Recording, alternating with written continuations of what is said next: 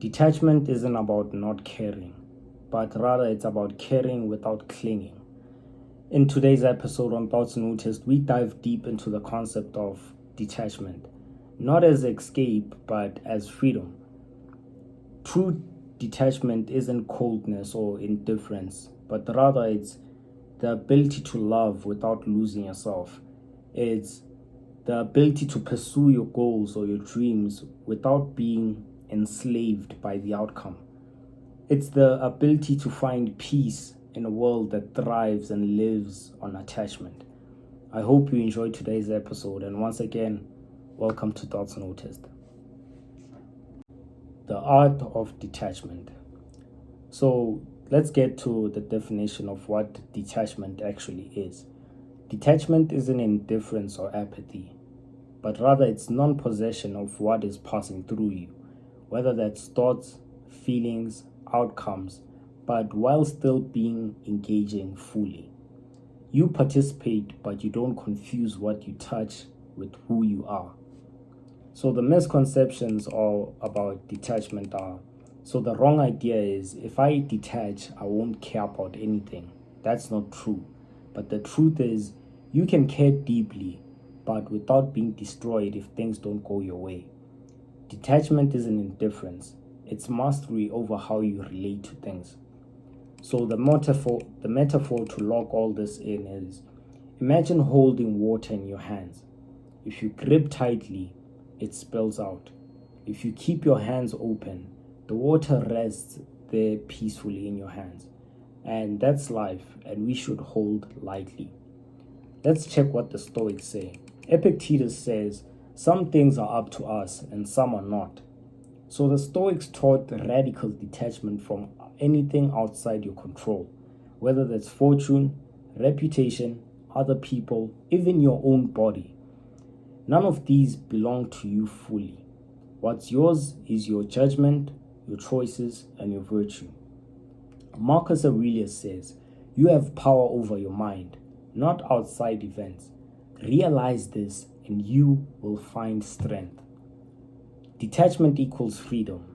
Even the Emperor of Rome, Marcus Aurelius, reminding himself daily not to be enslaved by outcomes, I find that truly mind blowing. So, in the Eastern philosophy, Buddha said, the root of suffering is attachment. Desire and clinging binds you to suffering. Detachment leads to liberation, not indifference, but freedom from being controlled by craving or aversion. In the Bhagavad Gita, we learn that you have the right to work, but never to the fruit of work, meaning that we should work with full effort but detach from the results. In the Jewish mysticism and Christian mystics, we learn that he who would be serene and pure needs one thing, and that is detachment. Detachment is not just detaching from material things, but even detaching from your own self and leading you to be open to the divine. In the modern philosophy, we learn from Viktor Frankl that between stimulus and response, there's a space. And in that space is our power to choose our response. And detachment is that space, not being a slave to reaction, but free to act with purpose. So the common thread is detachment equals the art of not being possessed by what you possess. It's not withdrawal from life, but participation without slavery. So let's check the action steps to take. So the Stoics say every morning you should ask yourself these three questions. The first one is, what's in my control for today? The second one is, what's not in my control for today? And the third question is, how will I be able to act on the first and release the second? Writing one sentence under each will rewire your brain to stop bleeding energy on things you'll never control. The Buddhist teaches that every morning we should take 5 to 10 minutes and sit still and breathe. And while we're in this meditative state, every thought, craving, or feeling that comes up, we should label it.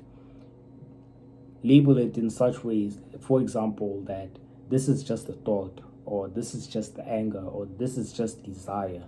And if you label your thoughts, you learn that your emotions are almost similar like the weather outside, passing through and not part of your identity. The Bhagavad Gita teaches us that before work or gym or taking any creative action, we should say, I give my full effort, but the result is not mine to own. Then act with intensity. This helps you to reframe your goals as offerings of effort, not chains of expectations. The Taoist practice teaches us that at least once a day we should pause and ask, am I forcing this or flowing with it? If forcing, you should step back, loosen grip, return with less control and more openness. This helps you to stop strangling life with over control. In the modern practice, we learn that when we're triggered by either fear, anger, FOMO, or even cravings, we should pause, breathe once, and ask, what's my best response here? This builds the space between reaction and choice, and that space is detachment. So, coming into the conclusion, detachment is not about running away from life. It's about standing fully in it without being consumed. It's the art of holding everything with open hands, whether that's love, success, fear, or even failure, or even pain. Knowing that nothing truly belongs to us, yet everything passes through us. When we detach, we don't lose passion, we gain perspective. We stop being prisoners of outcomes and instead, we become creators of our own inner freedom. To detach is not to stop feeling, but to stop being controlled by what you fear, by what you feel, sorry. And in that space, you discover peace, clarity, and the strength that cannot be shaken.